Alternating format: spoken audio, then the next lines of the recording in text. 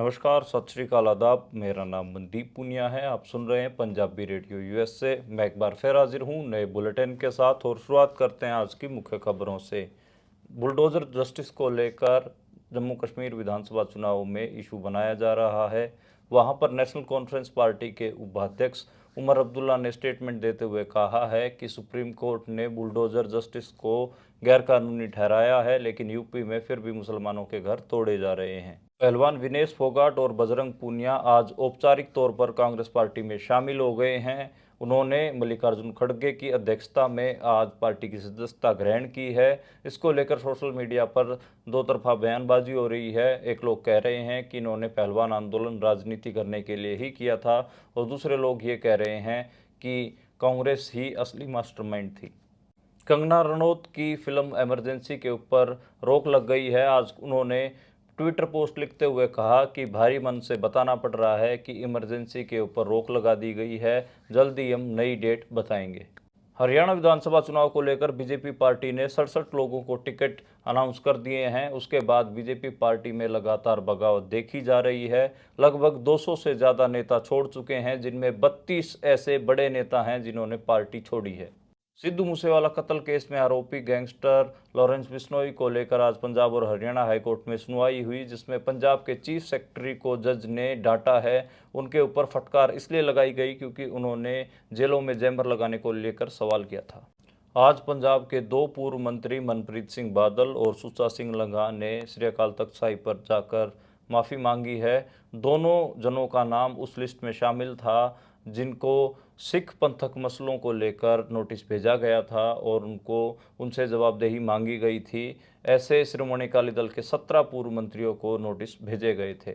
ये थी आज की मुख्य खबरें। अब करते हैं इन खबरों का विश्लेषण और शुरुआत करते हैं पहली खबर से।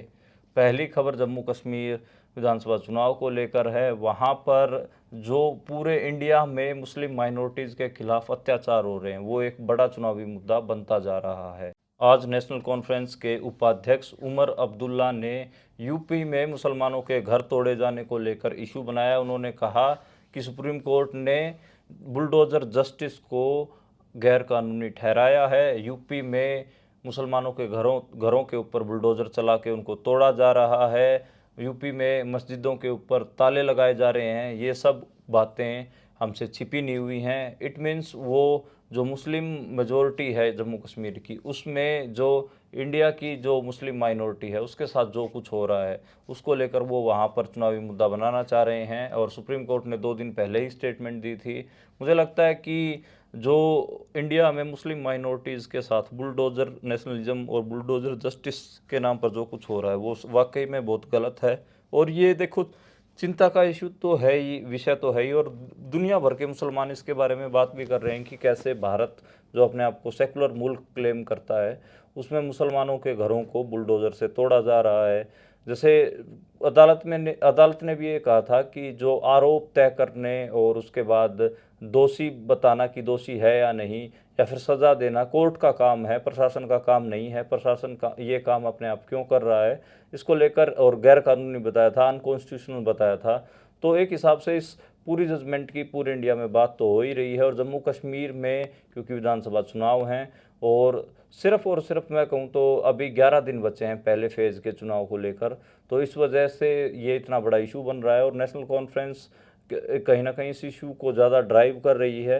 वो लगातार जो इंडिया में मुस्लिम माइनॉरिटीज़ के ऊपर जो अत्याचार हो रहे हैं उनकी बात उस चुनाव में कर रही हैं, ताकि एक सिंपैथी की वोटें भी उनको मिल सके, और दूसरा वहाँ पर जो मुसलमान फील कर रहे हैं तो, और जो पूरे भारत से जो खबरें उन तक पहुँचती हैं तो उसको लेकर वो ये भी चाहते हैं कि कम से कम उन वहाँ की जो क्षेत्रीय पार्टियाँ वो तो स्टैंड लें। तो इस वजह से उमर अब्दुल्ला अपने लोगों के लिए स्टैंड लेने की कोशिश कर रहे हैं।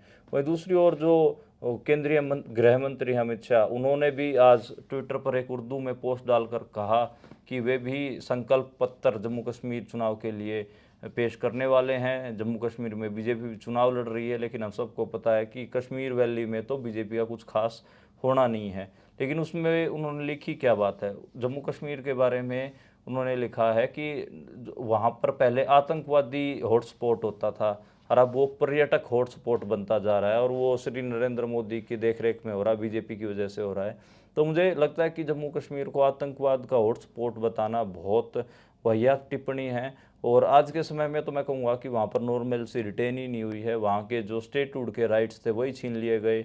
1 साल तक इंटरनेट बैन रखा गया वहाँ के लोगों को, और वहाँ के लोगों के ऊपर सिक्योरिटी फोर्सेस बहुत ज़्यादा थोप दी गई, उनको प्रोटेस्ट तक नहीं करने दिया गया, उनके नेताओं को जेल भेजा गया, उनकी चलती हुई सरकार को बर्खास्त कर दिया गया। आज के समय में गवर्नर रूल लगा रखा है।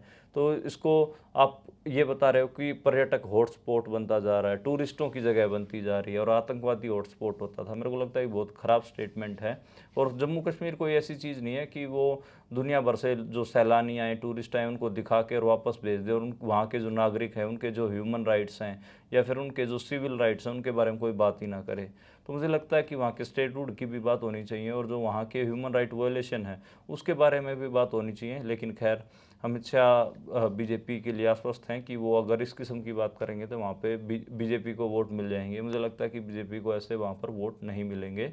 जो जम्मू कश्मीर है उसकी अपनी राजनीति है और अपने उनके मुद्दे हैं। उन अनसुलझे हुए मुद्दों को लेकर अमित शाह कहीं ना कहीं अलग किस्म की परसेप्शन बनाने को कोशिश कर रहे हैं। जब अमित शाह के इन बयानों से बीजेपी को वहाँ फ़ायदा मिलना ही नहीं, फिर अमित शाह क्यों बयान दे रहे हैं, ये सवाल आपका जायज़ है।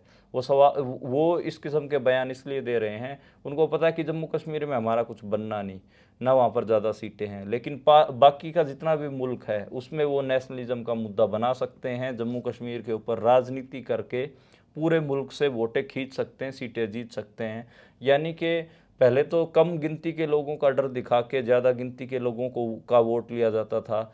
एक चीज़ और आप ऐड कर लीजिए, किसी एक सूबे को आइसोलेट करके और बाकी भारत के बाकी सभी सूबों का वोट लेने का ट्रेंड भी देखने को मिला है। ऐसा नहीं है कि पहली बार है, इससे पहले भी भारत में रहा है और कांग्रेस ने भी किया है। जो साल 1984 में और उसके बाद जो पंजाब में जो कुछ हुआ है, पंजाब को आइसोलेट करके बाकी भारत की वोटें ली गई हैं। सिखों को भी आइसोलेट किया गया है, और बाकी जो मेजोरिटी है, जो बहुसंख्यक समाज है, उनके वोट लिए ही गए हैं। राजीव गांधी का नाम तो आता ही है इसको लेकर। दिल्ली के सिख दंगे जिसमें सिखों के ऊपर हमले हुए थे, ऐसे ही हमको पता है कि अब जो मौके की सरकार है उसने साल 2002 में जो गुजरात राइट्स थे उसके दौरान भी यही किया। तो कहीं ना कहीं मुसलमानों को टारगेट करके बीजेपी भी ये करती रही है। तो ये कुछ नया नहीं है, लेकिन जम्मू कश्मीर को आइसोलेट अमित शाह इसलिए करना चाह रहे हैं, उसको थोड़ा विलन इसलिए दिखाना चाह रहे हैं ताकि बाकी मुल्क के सूबों में वोटें हासिल की जा सकें। अगली खबर की ओर बढ़ते हैं, और अगली खबर विनेश फोगाट और बजरंग पुनिया के बारे में है। आज दोनों पहलवान कांग्रेसी हो गए हैं, दोनों पहलवानों ने कांग्रेस पार्टी ज्वाइन कर ली है। तो आज जो घटनाक्रम है वो आपको मैं बताता हूँ। सुबह सुबह विनेश फोगाट और जो बजरंग पूनिया है दोनों रेलवे के दफ्तर पहुंचे। दोनों रेलवे के कर्मचारी हैं, दोनों ने रेलवे को इस्तीफ़ा दिया। उसके बाद दोनों कांग्रेस के दफ्तर गए और वहां से मल्लिकार्जुन खड़गे के घर गए, और बारा राजा जी मार्ग उनका घर है, और राज्यसभा में अपोजिशन के लीडर हैं मल्लिकार्जुन खड़गे। वहाँ पर दोनों को जो कांग्रेस की प्राथमिक सदस्यता होती है वो मल्लिकार्जुन खड़गे ने दी। उसके बाद वो 12 अकबर रोड कांग्रेस के दफ्तर आए, वहाँ पर उनके समर्थक भी मौजूद थे, और वहाँ पर केसी वेणुगोपाल और कई नेता थे। उन्होंने विनेश फोगाट और बजरंग पूनिया को कांग्रेस में ज्वाइन करवाया। जो पहले विनेश फोगाट बोली, और विनेश फोगाट ने कहा कि जब हमारा महिला पहलवानों का आंदोलन चल रहा था तब हमें समझ में आ गया था कि बीजेपी को छोड़कर बाकी सभी पार्टियां हमारे साथ हैं, और कांग्रेस तो पहले दिन से ही साथ थी, और कांग्रेस ने महिला अत्याचारों को लेकर हमारा साथ दिया, इसलिए हम अब कांग्रेस पार्टी को ज्वाइन कर रहे हैं। ओलंपिक में जो मेरे साथ कुछ हुआ उसके मैं अलग से कभी बात करूंगी। और अब अभी के लिए इतना ही कि हमारा जो आंदोलन वो ख़त्म नहीं हुआ रहा, हमारा जो लड़ाई है ब्रिजभूषण के खिलाफ वो आगे चलती रहेगी। बजरंग पूनिया ने कहा कि वो किसान आंदोलन में भी किसानों के साथ थे, अग्निवीर आंदोलन में नौजवानों के साथ थे, और फिर महिला पहलवानों के आंदोलन में उनके साथ थे, और वे अगले 5 साल और लड़ाई संघर्ष करना चाहते हैं, लड़ाई लड़ना चाहते हैं राहुल गांधी के साथ, इसलिए उन्होंने कांग्रेस पार्टी ज्वाइन की है। मुझे लगता है कि ये एक लंबी डिबेट है। कोई आंदोलनकारी जब चुनावी राजनीति में जाता है, यानी कि चुनाव लड़ने जाता है, तो उससे क्या असर पड़ता है, क्या उससे उसके आंदोलन के ऊपर असर पड़ता है? मेरे को लगता है कि पड़ता है। जब किसान नेता किसान आंदोलन खत्म होने के बाद पंजाब की राजनीति में चुनाव लड़ने गए तो उनकी क्रेडिबिलिटी यानी उनकी साख कम हुई थी। मुझे लगता है कि इन पहलवानों की साख में भी थोड़ी इनकी क्रेडिबिलिटी है वो भी डाउन आएगी। तो ये है कि और आंदोलन भी इनका कमज़ोर पड़ेगा। तो जब कोई आंदोलन, ये बहुत सीरियस सवाल है, क्या आंदोलनकारी को चुनावी राजनीति में जाना चाहिए या नहीं जाना चाहिए? जाना चाहिए तो किस तरीके से जाना चाहिए? क्योंकि एक एग्जाम्पल तो ऐसे भी दिए जाते हैं, पॉजिटिव एग्जाम्पल भी दिए जाते हैं कि अन्ना हजारे के मूवमेंट से, जो एंटी करप्शन मूवमेंट था दिल्ली में जो चला, उससे आम आदमी पार्टी निकली और सक्सेसफुल हुई पंजाब में और दिल्ली में। लेकिन क्या उनका जो आंदोलन का मुख्य मुद्दा था, भ्रष्टाचार विरोधी, क्या वो दूर हो पाया? क्या पंजाब में भ्रष्टाचार दूर हो पाया? क्या दिल्ली में दूर हो पाया? अब मैं पंजाब की एक बात बताता हूँ। पंजाब की एक मंत्री हैं अनमोल गगन मान, उन्होंने आज स्टेटमेंट दिया है कि उनके नाम पर जो भी अफसर रिश्वत लेते हैं तो लोग उनसे उनकी शिकायत पहुंचाएं, और उन्होंने ऐसे अफसरों को ना बख्शने की हिदायत दी है। यानी कि आप समझ रहे हैं, वो उनके नाम पर बहुत सारे तहसीलदार रिश्वत ले रहे थे। अब मुझे ये तो जांच का विषय है कि क्या वो भी शामिल थी या नहीं थी, और इसको लेकर आम लोगों में बात भी होने लगी थी। बहुत सारे आम लोगों के पास जो अधिकारियों के रिश्वत लेने के ऑडियोज़ भी हैं, और उन ऑडियोज़ के वायरल होने के डर से पहले ही अनमोल गगन मान ने अफसरों को ये कह दिया कि मेरे नाम पर अगर आप रिश्वत लेते हैं तो आपको मैं छोड़ूंगी नहीं। तो कुल मिलाकर जो भ्रष्टाचार विरोध के आंदोलन से जो पार्टी निकली आम आदमी पार्टी, क्या वो भ्रष्टाचार मिटा पाई है? पंजाब में मुझे लगता है कि अभी भ्रष्टाचार नहीं मिटा है, और अभी भी आपको काम करवाने के लिए भ्रष्टाचार का सहारा तो लेना पड़ता है। जो रिश्वत होती है वो तो देनी पड़ती है, और जो बड़ी रिश्वत होती है, जो मल्टीनेशनल कंपनियों जैसे मोदी का और अडानी का जो गठजोड़ है, वो तो इतनी बड़ी रिश्वत है, उसका उसका तो आप कोई इलाज कर ही नहीं सकते। हम तो सिर्फ इस बात का रोना रोते रहते हैं कि कांस्टेबल ने 500 रुपये ले लिए या किसी क्लर्क ने 200 रुपये ले लिए, लेकिन जो एक पॉलिसी लेवल का करप्शन होता है, बहुत बड़ा करप्शन होता है, उसके बारे में तो कभी बात होती ही नहीं। हज़ारों करोड़ का करप्शन जो कॉरपोरेट और गवर्नमेंट के जो टाई अप्स हैं उसके थ्रू जो पॉलिसीज़ बनती हैं और जो धंधे लिए जाते हैं, चंदा दो धंधा लो जो नीति है, उसको लेकर कभी भी बात नहीं होती। मुझे लगता है कि वो भी बहुत ज़्यादा खतरनाक है। अगली खबर की ओर बढ़ते हैं। जो अगली खबर है वो कंगना रनौत के बारे में है। कंगना रनौत ने जानकारी देते हुए कहा है कि जो मेरी फिल्म है इमरजेंसी, मुझे भारी मन से बताना पड़ उन्होंने ट्विटर पर लिखा कि मुझे भारी मन से बताना पड़ रहा है कि मेरी जो फिल्म है इमरजेंसी वो उसको स्थगित कर दिया गया है, और उन्होंने कहा कि जल्दी वो नई डेट बताएंगी, और धैर्य रखने के लिए उन्होंने शुक्रिया कहा है। मुझे लगता है कि उनको जो ये प्रोपेगेंडा फिल्म है उसके सपने छोड़ देने चाहिए। वैसे तो सेंसर बोर्ड को इसके ऊपर परमानेंटली बैन लगाना चाहिए। खबरें तो ये भी आ रही हैं कि 18 सितंबर को जो इमरजेंसी फिल्म है उसको सेंसर बोर्ड पास कर देगा, और शायद 25 सितंबर या 27 सितंबर तक ये फिल्म रिलीज़ कर दी जाएगी, क्योंकि इसका फ़ायदा हरियाणा विधानसभा चुनाव में भी बीजेपी लेने की सोच रही है। अब मैं चलो बीजेपी हरियाणा विधानसभा चुनाव में इसका फ़ायदा लेने की सोच रही है, तो मैं बीजेपी की हालत बता देता हूँ पहले कि हरियाणा विधानसभा चुनाव में हो कैसी रखी है। देखिए, बीजेपी ने 4 सितंबर को 67 कैंडिडेट्स की एक लिस्ट जारी की, और उस लिस्ट में से ये लगाइए कि सिर्फ 15 से 20 ऐसे कैंडिडेट हैं जो जिताऊ उम्मीदवार आप कह सकते हैं, किसी फाइट में भी वो आएंगे। और ऐसी तगड़ी बगावत बीजेपी में उसके बाद हुई है कि 200 से ज़्यादा नेता बीजेपी को छोड़ चुके हैं, जिसमें से 32 ऐसे नेता हैं जो प्रोमिनेंट फेस हैं, चाहे तो साबका एमएलए हैं, पूर्व एमएलए हैं, या फिर सिटिंग एमएलए हैं, 2 तो मंत्री हैं। बहुत सारे एमएलए की, मंत्रियों की, पूर्व विधायकों की, टिकटार्थियों की आपको बीजेपी में रोते हुए की वीडियो भी दिखेगी।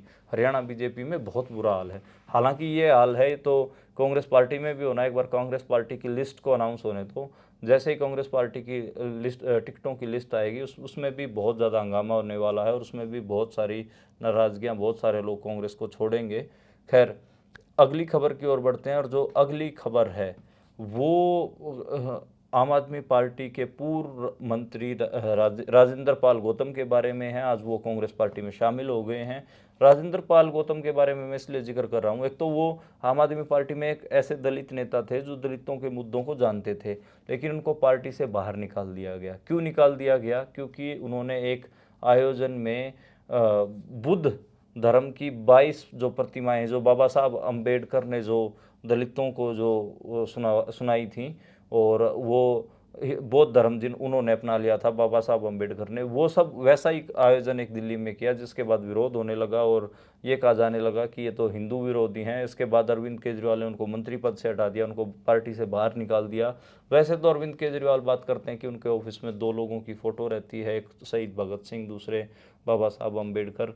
लेकिन बाबा साहब अम्बेडकर की विचारधारा को आगे ले जाने वाले राजेंद्र पाल गौतम को उन्होंने पार्टी से निकाल दिया। आज कांग्रेस में ज्वाइन हुए हैं, लेकिन कांग्रेस में भी उनको जो बाबा साहब अम्बेडकर की जो विचारधारा है उसको लागू करने में काफ़ी दिक्कतें आएंगी, ऐसा मेरा मतलब गट फीलिंग है।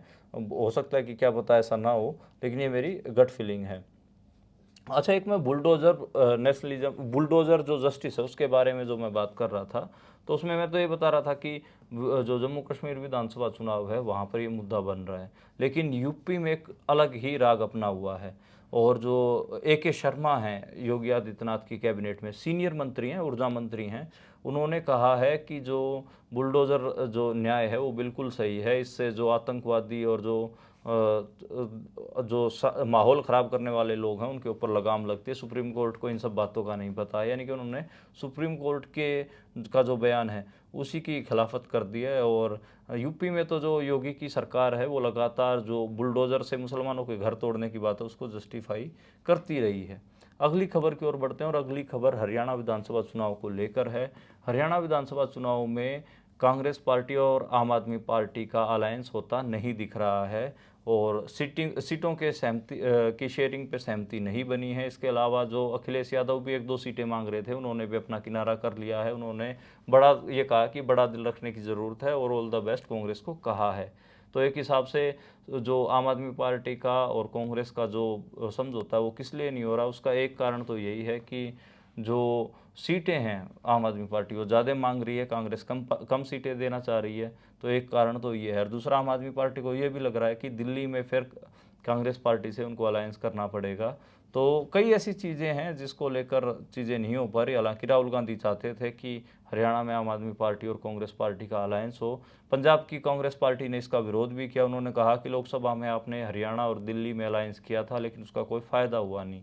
तो आम आदमी पार्टी के साथ अगर आप अलायंस करेंगे तो कोई फ़ायदा नहीं होगा। ये एजेंडा लगातार पंजाब कांग्रेस ने पुश किया। शायद पंजाब कांग्रेस की बात सुनी गई होगी या नहीं भी सुनी गई होगी, लेकिन अभी के लिए ये अलायंस नहीं हो रहा है। दूसरा, जो बीजेपी में बगावत की मैं बात कर रहा था थोड़ी देर पहले कि वहाँ पर बड़े बड़े नेता रो रहे हैं, उनकी रोते हुए की वीडियो आ रही हैं। जब वो रो रहे हैं तो उनके नीचे किसान कमेंट कर रहे हैं कि आपने भी हमें 1.5 साल ऐसे रुलाया था, और उसी का ही ये नतीजा है। जो CM हैं नायब सिंह सैनी, वो डैमेज कंट्रोल करने की कोशिश कर रहे हैं, लेकिन उनसे हो नहीं पा रहा है। वो कर्णदेव कंबोज के पास पहुंचे और उन्होंने उनसे हाथ मिलाने की कोशिश की, लेकिन कर्णदेव कंबोज ने उनको नमस्ते किया और आगे बढ़ गए, लेकिन हाथ नहीं मिलाया। और उनकी नाराज़गी का एक वीडियो भी आया। तो और भी ऐसे कैंडिडेट हैं, जैसे अब सबको पता है कि जो रतिया सीट है वहाँ से भी जो लक्ष्मण नाप्पा हैं, और भी कई ऐसे बीजेपी के बड़े नेता हैं, लतिका शर्मा हो गई या कविता जैन हो गई, ये सब पार्टी से इन्होंने अपने आप किनारा कर लिया है। अगली खबर की बात करें तो जो नवीन जिंदल की मां हैं, देश की सबसे अमीर महिला सावित्री जिंदल, उन्होंने निर्दलीय चुनाव लड़ने का फैसला लिया है। वो बीजेपी की टिकट मांग रही थी, लेकिन बीजेपी ने उनको टिकट नहीं दिया। वो शायद ही इंडिपेंडेंट चुनाव लड़ेंगी। और जो अगली खबर है वो पंजाब से आई, और जो सिद्धू मूसेवाला मर्डर केस में जो आरोपी हैं और गैंगस्टर लॉरेंस बिश्नोई, उसको लेकर पंजाब और हरियाणा हाई कोर्ट में एक आज सुनवाई चल रही थी, जिसमें पंजाब के जो चीफ सेक्रेटरी हैं उनको जज ने फटकार लगाई है। उन्होंने कहा कि जो जेलों में जैमर लगाने के लिए कहा गया था वो पूरा क्यों नहीं है, जेलों में जैमर क्यों नहीं लगाए गए। हम सबको पता है कि जो लॉरेंस बिश्नोई का इंटरव्यू का मामला हो या फिर जेल से बैठकर वो गैंग ऑपरेट करने का मामला हो, उसको लेकर घिरी हुई है पंजाब सरकार। और उसके जो कोर्ट है, कोर्ट ने पंजाब के जो चीफ सेक्रेटरी उनको बुरी तरीके से धमकाया है कि इंटरनेट जैमर क्यों नहीं लगाए जा सकते जेलों में। तो इसको जवाब देना पड़ेगा। और जो अगली सुनवाई है वो भी बहुत जल्द है। 12 सितंबर को अगली सुनवाई होगी, और देखना होगा कि 12 सितंबर को क्या इस मामले का निपटारा होता है। इससे जो अगली खबर है वो जो चंडीगढ़ में किसान आंदोलन चल रहा था BKU उग्राहा का, उन्होंने सरकार को अल्टीमेटम देते हुए अपना आंदोलन ख़त्म कर दिया है। लगभग 5 दिन हो गए थे, मीटिंग हुई, लेकिन उन्होंने कहा कि 30 सितंबर तक हम टाइम देते हैं, अगर दोबारा नहीं हुआ तो फिर हम दोबारा आंदोलन करेंगे। लेकिन जो खनौरी बॉर्डर और जो शंभू बॉर्डर पर किसान आंदोलन चल रहा है वो तो चल ही रहा है। जो ये एक अलग से आंदोलन बीकेयू ग्रां खड़ा करने की कोशिश कर रही थी, लेकिन उन्होंने अपना आंदोलन ही अब वापस ले लिया है। अगली खबर अमृतसर से। अमृतसर केसरी अकाल तख्त साहिब पर माफ़ी मांगने के लिए पूर्व मंत्री मनप्रीत सिंह बादल और सुच्चा सिंह लंगा पहुंचे। उन्होंने कहा कि जो भी हमें सज़ा दी जाएगी वो हमें स्वीकार होगी, और इन दोनों का नाम शिरोमणि अकाली दल की 17 विधायकों की उस लिस्ट में शामिल था जिनसे ये सवाल पूछे गए थे, जो सिखों के पेंडिंग मसले पिछले 10-15 साल के, जिसमें एक तो गुरमीत राम रहीम को माफ़ी देने वाली बात है, या फिर बेअदबी को लेकर शिरोमणि अकाली दल की सरकार में जिस किस्म का व्यवहार था, रवैया था, उसकी बात है, या और भी कई ऐसी बातें हैं जिसको लेकर जो पंथक मसले हैं, सिख मसले हैं, वो उलझे हुए हैं, और उसमें जो दोषी हैं उनके ऊपर श्री अकाल तख्त साहिब के जत्थेदार हैं वो कार्रवाई करने की बात कह रहे हैं, और इसलिए इन 17 मंत्रियों से जवाबदेही का नोटिस भेजा गया था। चलो आज 2 तो पहुंच गए हैं, बाकी अगर जिनको भी पंथक पॉलिटिक्स करनी है उनको पंथ के प्रति ईमानदार तो रहना पड़ेगा, और पंथ के जो मसले हैं उनसे ऐसे भागा नहीं जा सकता, क्योंकि लोगों की भावना भी जुड़ी हुई है।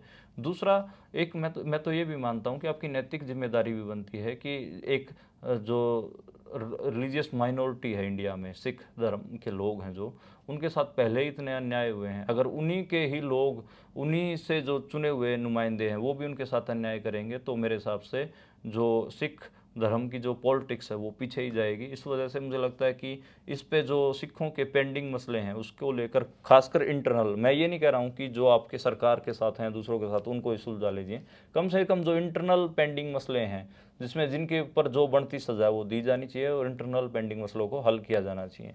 तो आज के लिए इतना ही। कल दोबारा मुलाकात होगी नई खबरों के साथ, नए बुलेटिन के साथ। आप देखते और सुनते रहिए पंजाबी रेडियो यूएसए।